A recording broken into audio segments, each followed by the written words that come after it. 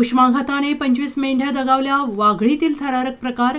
चाळीसगाव तालुक्यातील वाघळी परिसरात मेंढपाळांनी चराईसाठी आणलेल्या 25 मेंढ्या या उष्माघाताने दगावल्याचा धक्कादायक प्रकार समोर आला. या घटनेनं मेंढपाळांवर उपासमारीची वेळ येऊन ठेपलेली आहे. अशात मेंढपाळांनी आज चाळीसगावचे भाजपाचे आमदार मंगेश चव्हाण यांची भेट घेतली असता आमदार मंगेश यांनी मी तात्काळ प्रशासनाला पंचनाम्याबाबतचा निर्देश दिले आहेत. यावर मेंढपाळ यांनी त्यांचे आभार मानले.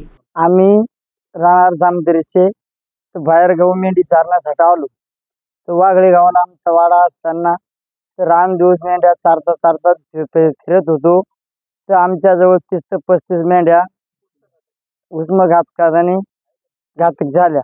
हो, त्या दृष्टीने आम्हाला आमदार साहेबांनी, तलाठी तात्याले, डॉक्टर साहेब आणि परत आणखीन तहसीलदारांनी साहेबांनी आम्हाला ही मदत केली.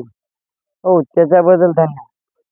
आमचा व्यवसाय हा मेंढी पालन असून आम्ही आमचा वाडा वाघळी या गावात आहे. आमच्या जवळपास 30 ते 35 मेंढ्या या उष्माघात या प्रकाराने दगावल्या असून तर आम्हाला त्याशिवाय दुसरा आधार नसतो. मेंढी पालन करूनच आमचं जीवन जगत असतो आम्ही. आणि ह्या मेंढ्या आमच्या अचानक काही नसताना एकदम अचानक असं जसं एक संकट येतं अशा प्रकारे आमच्यावर एक संकट आलेलं आहे.